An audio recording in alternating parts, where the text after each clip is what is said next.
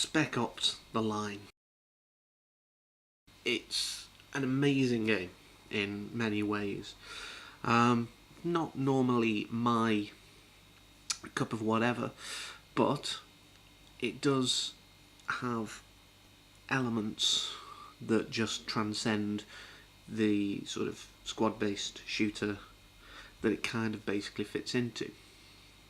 Now, for those who haven't played it, you play the sort of leader of a team of three soldiers who are going into a worst-case scenario, Dubai, where it's been reclaimed by the sand, and things have gone a bit awry. Need to go and find a specific team and their leader, and it then sort of follows through, as you sort of discover more about what's going on, and what sort of atrocities appear to have been committed by the squad who went in before, and the CIA when they've been in, and how the effect on the civilians is felt and dealt with. Now, it's not just, like I say, a standard shooter. I do not gravitate towards the Call of Duty and Modern Warfare and Black Ops and all that malarkey. It's not kind of my thing normally. But in this case, the legend of the game sort of spoke quite strongly to me as an overarching influence as to actually giving it a good go. I did try it once before, got stuck, gave up, but something made me come back. Now, as I'm sort of delving into some of the darker elements, if you will, of the plot, there are spoilers, just in case you didn't figure that out. But by the end of it, you will have made a number of different choices that will impact on the sort of ending you get. Those range from simply killing yourself to kind of stumbling around when a team is sent to rescue you, basically. And in that scenario, you can end up being killed, or you just go quietly. Now, those choices are peppered throughout the game, and there are videos on YouTube that show all of the sort of options, if you will, and how those influence the choices and what the end sort of sequence is.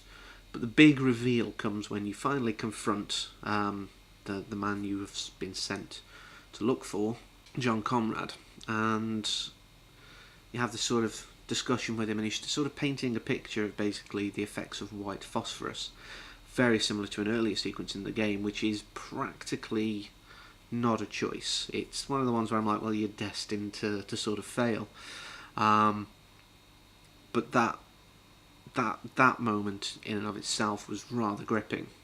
Seeing the effects of the white phosphorus that you have just ordered shot, and seeing the actual civilians that you've ended up basically burning. If you're not familiar with white phosphorus, it's a similar idea to napalm. It sticks on the skin and burns through, and not pleasant. And it is a very harrowing sequence. And like I say, in the ending, you do see the painting that Conrad's done of this, and it really brings it back home. It also highlights some other choices, such as one that I never even thought of in the way that it is until afterwards, where there are two men strung up who apparently have committed a different crime each, and that's a crime in the eyes of Conrad. And as I say, you are required to shoot one of them, or you can try the gung-ho approach and try and kill all the snipers who are down flanking this sort of roadway where they are strung up. But they were never actually really alive. That was a massive reveal to me. I was, kind of very surprised, and it just shows the idea of the horrors of war, and the fact that this whole idea and the ideology of most war-based games of, war is great, look at the glory. No. War can mess you up without you even noticing it. That's the message I've taken from it. And that, to me, is a perfect idea of a game. It should make you look at the choices you've made. Look at how your actions have influenced the world that you're in. And it's part of the, I suppose, idea that gaming can be seen as an actual art form. It can be just as powerful and evocative as films, TV, books even. And that particular game and the massive reveals at the end of actually how much of a monster you may have been, depending on the choices you've made, really kind of brings it home. And I have played a lot of games, I will admit, but few want to tackle those things because they just want to be commercially successful. They want to rake in the money. But at the end of the day, I had more of a rewarding experience and a memorable experience because it didn't shy away from the difficult choices and the difficult facets of the world that it was reflecting.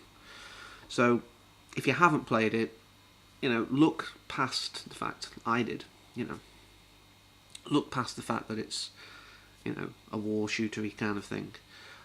Think about how the story reaches you. I mean, if you really don't like playing it, then maybe watch a Let's Play, or at least watch the endings, which, will, as I say, hopefully show the choices that are made and how damned you can really be by doing what you think is right. So, until next time, take care.